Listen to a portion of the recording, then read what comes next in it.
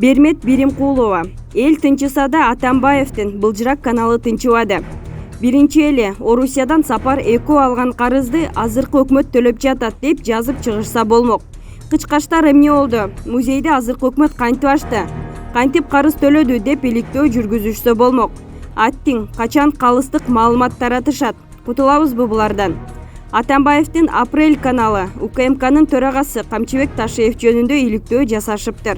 Аны мамлекеттик имараттарды куруп жатат, бирок каражатты мамлекеттик бюджетинен албай, өзү тапканы туура эмес деп сындаптыр.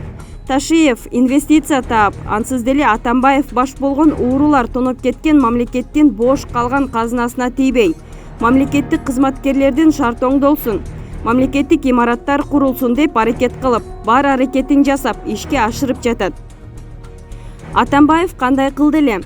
Мамлекеттин казынасын тоноп, элдин байлыгы болгон Дастан заводуна караштуу 27 гектар жерге бетин табактай кылып, өзүнө үй салып алып отурат. Ал үйү деле буйруган жок. Так ошол үйүндө кан төгүлүп, өзүнүн колу менен киши өлтүрдү. Башкалар сын айтса дагы Атамбаевдин Апрель деген телеканалы оозун ачпай эле койсо боло турган.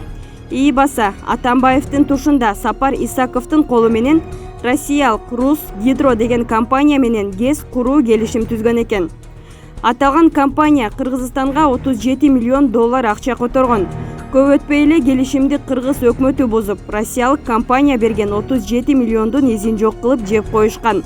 Дагы эмне дейт экен апрельчилер? Атамбаев жана Сапар Исаков алган 37 миллион долларды эми бүгүнкү Кыргыз бийлиги төлөгөнү жатат.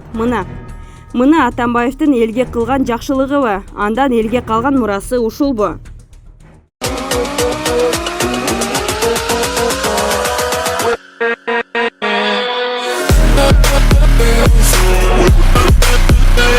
Yeah.